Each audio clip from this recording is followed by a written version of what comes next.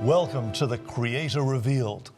I'm Tim Standish, and usually when I introduce myself, I say that I'm a biologist, but I actually have a PhD in biology and public policy.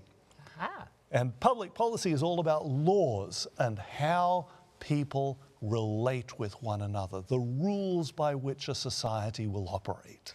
Well, Tim, I'm glad you're here to do this series with us, and we're so glad that you are joining us today. We will be talking about human relationships. If we look from the biblical perspective, God made us special. He made us in His image, and He had a plan and a purpose for our lives. And He made man to dominate the rest, to go out and have dominion over the rest of His creation. And when we use that word domination, we do not mean to somehow or other lord it over the rest of the creation. We mean caring for the creation. Yes. God has entrusted it to us. But what about with each other? God clearly defines the relationship between humans and the rest of the creation. What about humans and humans? Well, here in Matthew, we have a record of something that Jesus Christ Himself said. He was talking about the sacrament of marriage. Mm-hmm. And He said this, "Haven't you read," this is Jesus, replied, "that at the beginning the Creator made them male and female? And He said, for this reason a man will leave his father and mother and be united to his wife, and the two will become one flesh.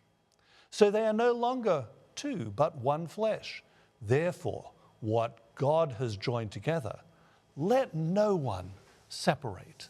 So God intended for there to be perfect harmony and unity in human relationships, particularly between us, between spouses. Between spouses, yes.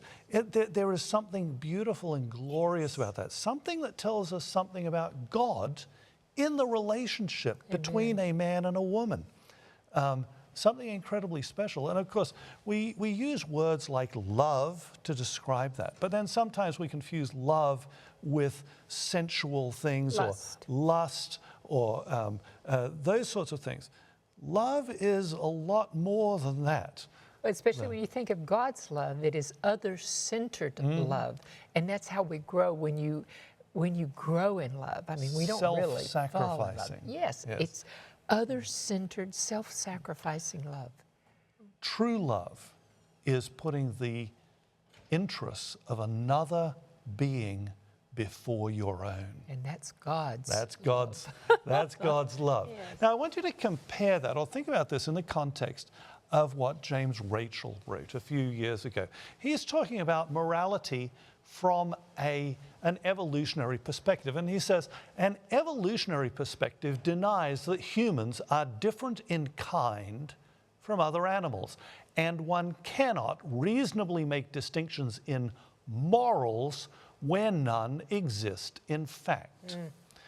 You can imagine why today we have some of these strange and confusing ideas that are being tossed around about how humans should relate to one another. This is a source of that. I don't want to blame everything necessarily on this, but certainly if you say, I am an animal and therefore God has no dominion over me, I can make up my own things. If I feel like doing something, I should just be able to do it because I'm an animal. There's a quick story. Yeah. I interviewed a gentleman who was a sheriff who in Northern California went to high school. He worked with gangs, and he was meeting with a group of boys that were 17, 18 years old, and they had never heard the gospel. They'd never heard about Jesus and God. And when these young men understood that they didn't evolve from an ape, that they were truly made in God's image for a purpose, he was able to rescue 90% of them came out of the gang. Hey, isn't that wonderful? You know, the gospel is so transformative. Yes. You can see the way that God can, in fact, change people's lives. We are more than just subject to whatever we feel like doing at any instant in time. But this different morality has massive implications in a society and the way that people relate to each other. Let's jump back and just talk, well, see what Charles Darwin, how he applies this, not just to relationships between individuals, two individuals in a marriage or something, but how he sees things working out for different cultures or different races of people. He says, I can see no difficulty in the most intellectual individuals of a species being continually selected, and the intellect of the new species thus improved, aided probably by effects of inherited mental exercise. I look at this process as now going on with the races of man, the less intellectual races being exterminated. He's saying, hey, this extermination of people whom he called savages, some of whom, by the way, were my ancestors, he sees that as the way it should be. That's how evolutionary progress occurs. No regard for the value of life. Exactly. Obviously, there can be no possibility of racial equality in the Darwinian view of things, because it's all about survival of the fittest. Some people, some groups, some individuals, something has to be more fit than something else. So was Adolf Hitler a fan of Charles Darwin? Oh yes, yeah, we're actually going to get to that. Yeah, but first I want to contrast this with the biblical view, which is rooted in creation.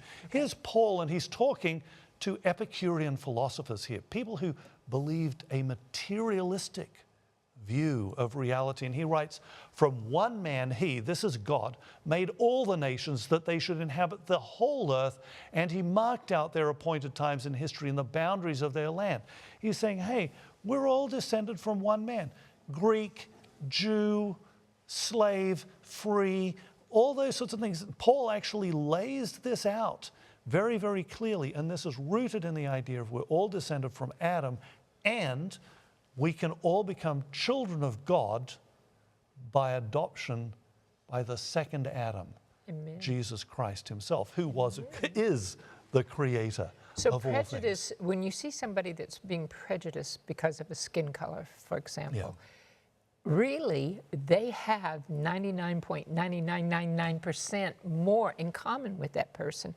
They just have something different external. You know what's interesting? There are a lot of people who try to somehow or other quantify differences like this and then draw conclusions from it.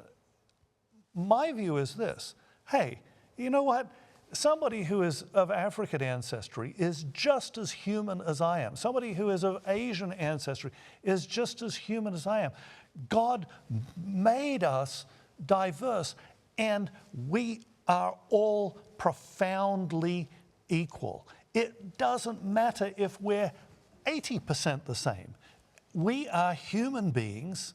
Amen. And God made all humans absolutely equal in a very profound way. I mean, here's Paul writing again. He's writing here actually to the Galatians, and he says, there is neither Jew nor Gentile, neither slave nor free, nor is there male and female, for you are all one in Christ Jesus, who of course is our Creator and Redeemer. It's a very, very clear message rooted in the biblical view of creation.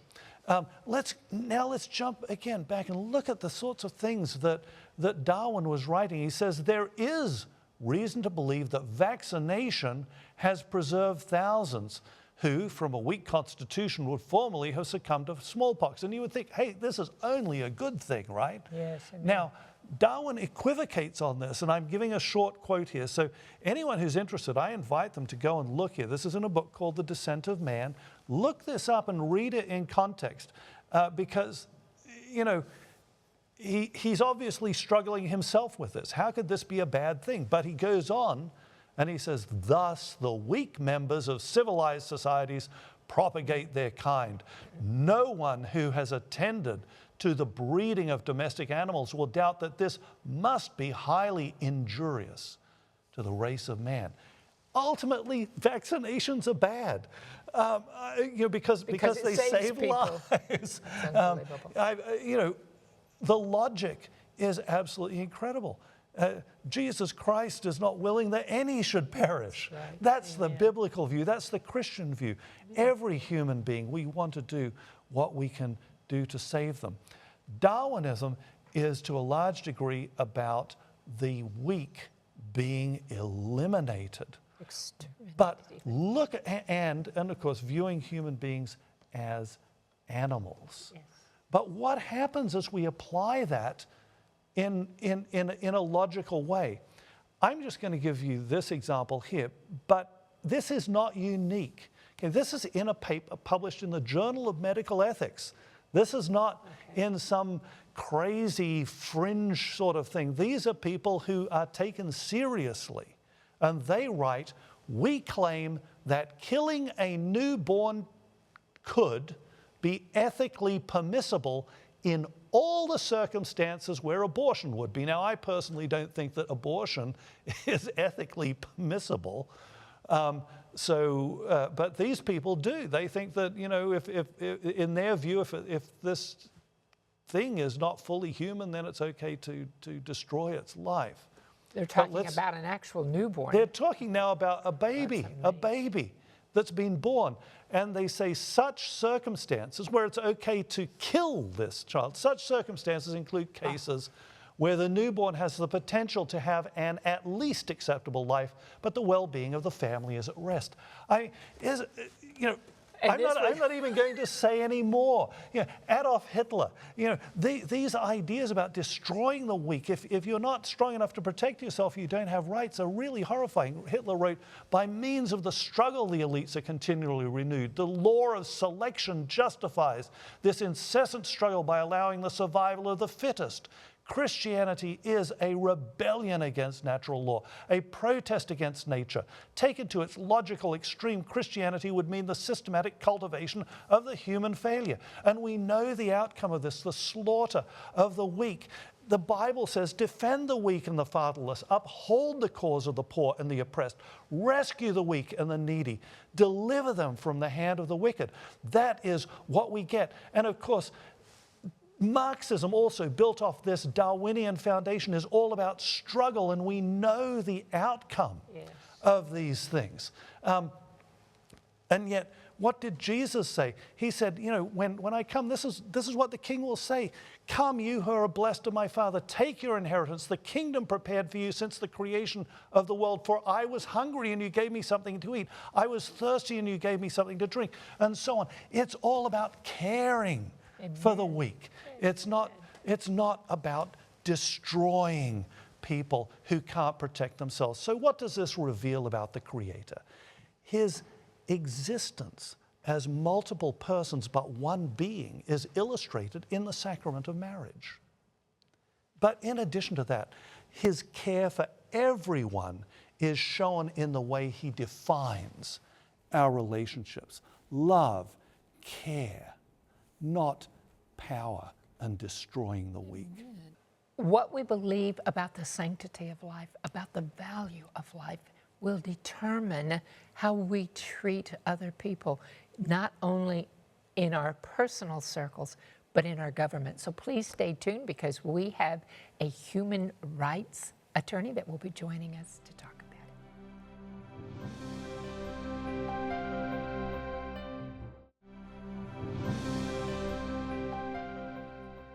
Welcome back to The Creator Revealed.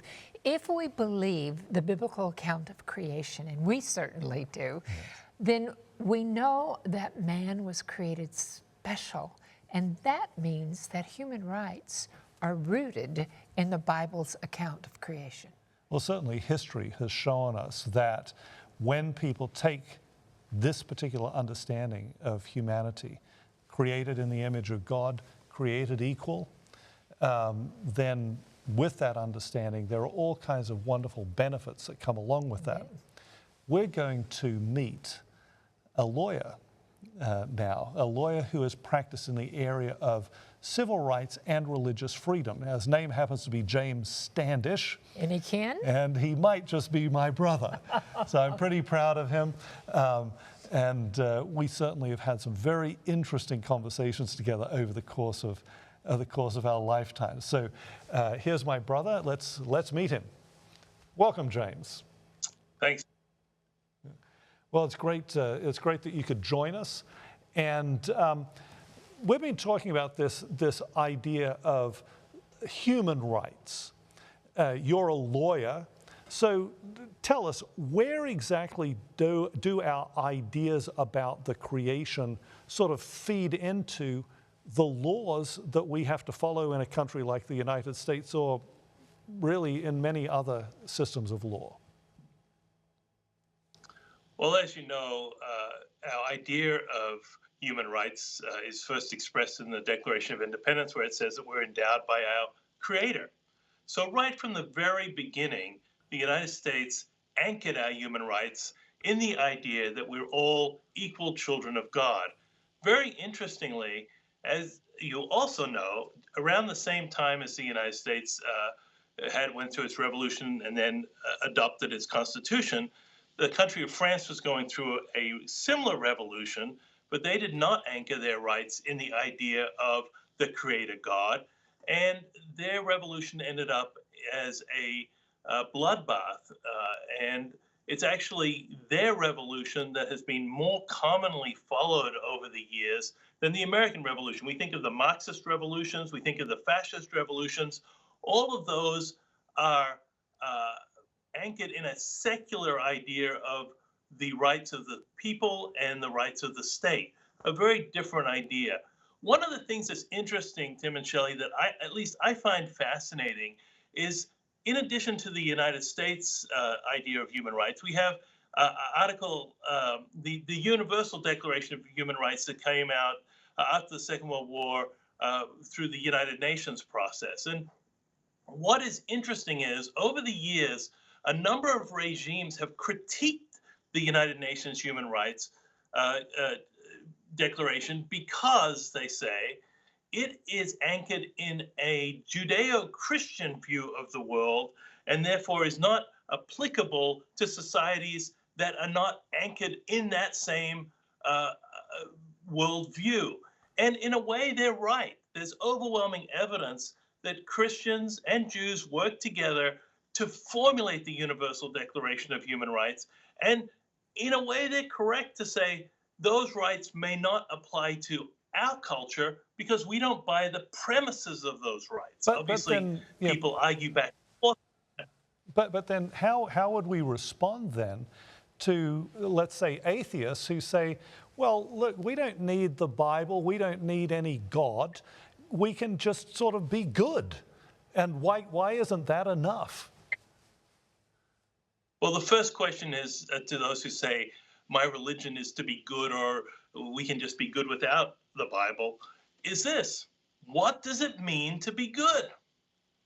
For some of us, it means the statement to be good means respecting other people's rights to follow their own faith traditions. It means following the freedom of speech, permitting people the right to assemble, etc. For other people, the idea of allowing that level of freedom is a dangerous thing that results in behaviors or beliefs that they disagree with and therefore think are objectively wrong. Similarly, for some of us, we believe that good involves protecting life, both at the beginning of life and at the end of life.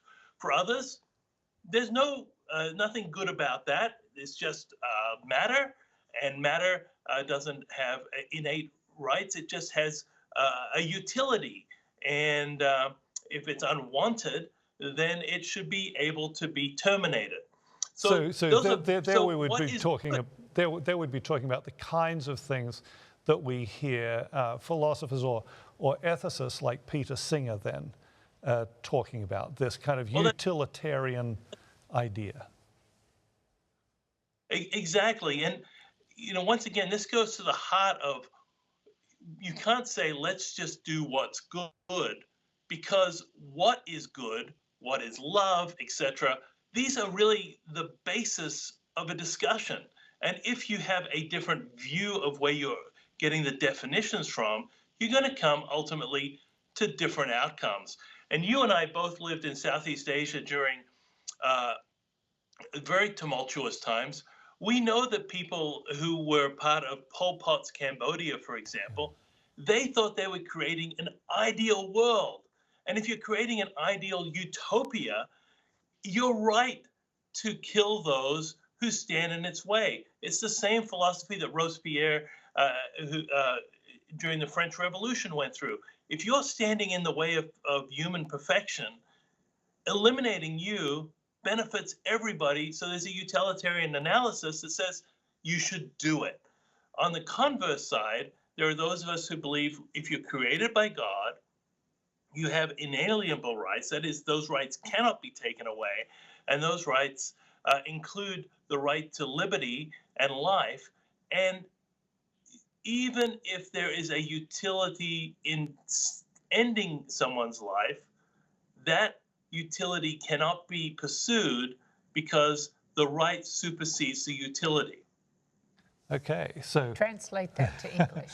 what that means is, as I understand it, what that would mean then is, hey, really, when you're talking about things like the value of somebody's life, if one person's life, if you judge it to have less value than somebody else's life, then it's okay to kill that other person. It's okay for that person whose life is less valuable to be dealt with differently. There is no equality between people. You are not equal just because you're human. So a smart rich person might have more value than a poor sick person. And for our viewers and those who are listening, who believes this? Oh, this is a widely held belief, but perhaps James could comment on that. In our lifetimes, many people have believed it. That's how we got Pol Pot in Cambodia. It's how we had they estimate somewhere in the range of 30 million people died during Mao's rule of China. It's what happened in the Soviet Union, where tens of millions, if you add up all the people killed during the communist era, their estimates vary, but they go as high as 100 million people. That's even more than fascism. But fascism also believed the same thing. We're building a utopia here on Earth. Therefore, anyone who's in the way of getting to that utopia, which will be good for everybody, anyone who gets in the way of that should be eliminated. And in fact, that's the moral thing to do, because we don't view the right to life as an ultimate right. We view it as balanced against the right of the state and progress and all the other things that these sort of regimes and philosophies projected. Okay, So what about here in the free world? What happens when society, starts to embrace these kinds of ideas? But let me ask this quick question.